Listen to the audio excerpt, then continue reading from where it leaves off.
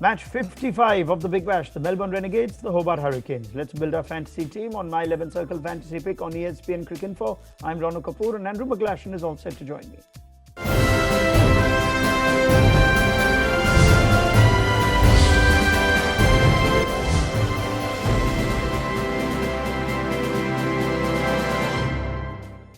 Right, let's go to our pro tip for this one. The Renegades will bow out of this year's Big Bash. This painstaking journey will come to an end. Let's look at the pro tip. It says as a team, they've lost the most number of wickets after teams that have played 13 games each. That's 95 Renegades wickets that have fallen. So make sure to include that extra bowling option from the Hurricanes to take advantage. We're still looking to take advantage of the Renegades on our fantasy videos, Nashra. It's getting a little bit harder, isn't it, match by match to kind of give the Renegades much of a build-up. But yeah, look, they've got nothing to lose. They might spoil the party for someone, and kind of there's a group of players that could be quite dangerous there if they just go out and play with some freedom. But I wouldn't be looking to include more than the bare minimum from the Renegades for this one. Absolutely. Let's see which players we do include for the Renegades in this one. No player availability news that's changed from the last game, but do check in closer to the toss for the same. And of course, on the My 11 Circle Fantasy app, you have 100 credits to build your fantasy team. 4 categories of players to choose from: batsmen, bowlers, wicket keepers, and all-rounders. You can pick a maximum of 7 players from one team in any given contest, and we'll throw in 4 substitute options for you towards the end of this video as well. Now let's start with our top picks. Our captain choice for this one is Matthew Wade. Even though he's missed a majority of the season due to national commitments, part of the Australia squad against the Indians, but he did make a thumping impact in the last game. A 44-ball 86, a man of the match performance. So Matthew Wade in pretty good nick as we march towards the fag end of this season.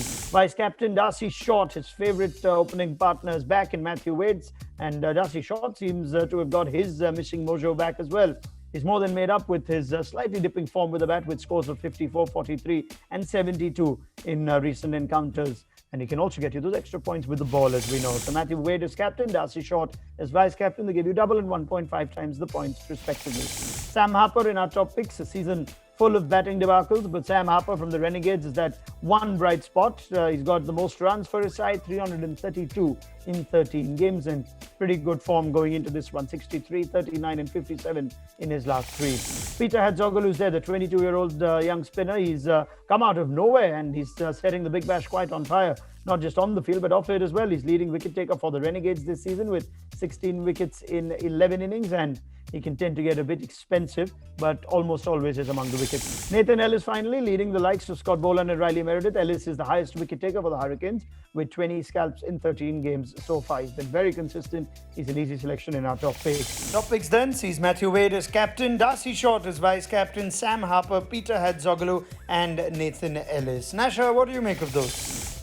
Yeah, it's hard to look past Wade and Short, isn't it, for those two top spots. They're among the most dynamic opening pairs in Big Bash history, and they obviously came to the fore in the most recent game with that massive opening stand that put the Hurricanes on their way to victory. So they're both very secure picks. They also pick you up points in their second discipline. Wade with the gloves, and as you mentioned, Short with the ball. One other name you may want to consider among your top 5, and I think he's going to be mentioned shortly, is Sandeep Lamachan, the leg spinner. He's bowling quite nice at the moment, and he's always likely to be in the wickets. So he's one you may want to consider, depending on how you balance up your 4 Renegades players and your 7 Hurricanes players, if that's the way you decide to go. Yep, all right. I'm sure we'll find room for Lamichan. He is, in fact, in our differential picks. But before that, let's have a look at Zach Evans, shall we? The Renegades are missing some key pacers in the likes of Kane Richardson and James Pattinson. So Evans has got his opportunity recently, and the 20-year-old seems to have grabbed it with both hands. 5 wickets in his last 2 games. Lamichan is there as well after starting this tournament rather expensively. Seems to have found his rhythm back. So Nashap gives him the vote of confidence. He's picked up 8 wickets in 7 games. And he's also picked up 5 wickets in 2 games against the Renegades last season.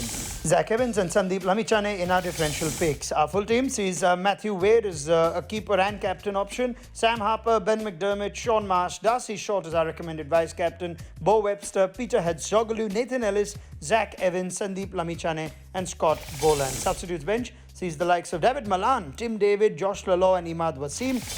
Now, Wasim could replace Bo Webster in the 11, and McDermott and Sam Harper could be the alternate captaincy choices. Nasha, what do you make of those? Any swaps that you'd make, and any last thoughts you'd like to leave our viewers with? Yeah, he's faded a bit, hasn't he, in the back end of the tournament? Partly a little bit of a victim of the strengthening of the Hurricanes' top order with Wade coming back. Someone has to shift down. They've got so many batting options. They actually subbed out Peter Hanscom who captained the side earlier in the tournament. They subbed him out in the last game, so they really do have an embarrassment of riches there. And it may be that Malan doesn't just get the time at the crease to sort of build enough points, but if they lose early wickets, he's a very safe option coming in there at 3 or 4. So you may want to balance that up in your thinking in your final 11. All right, Nasha, thank you very much. As always, that wraps up another episode of My 11 Circle Fantasy Pick on ESPN Cricinfo.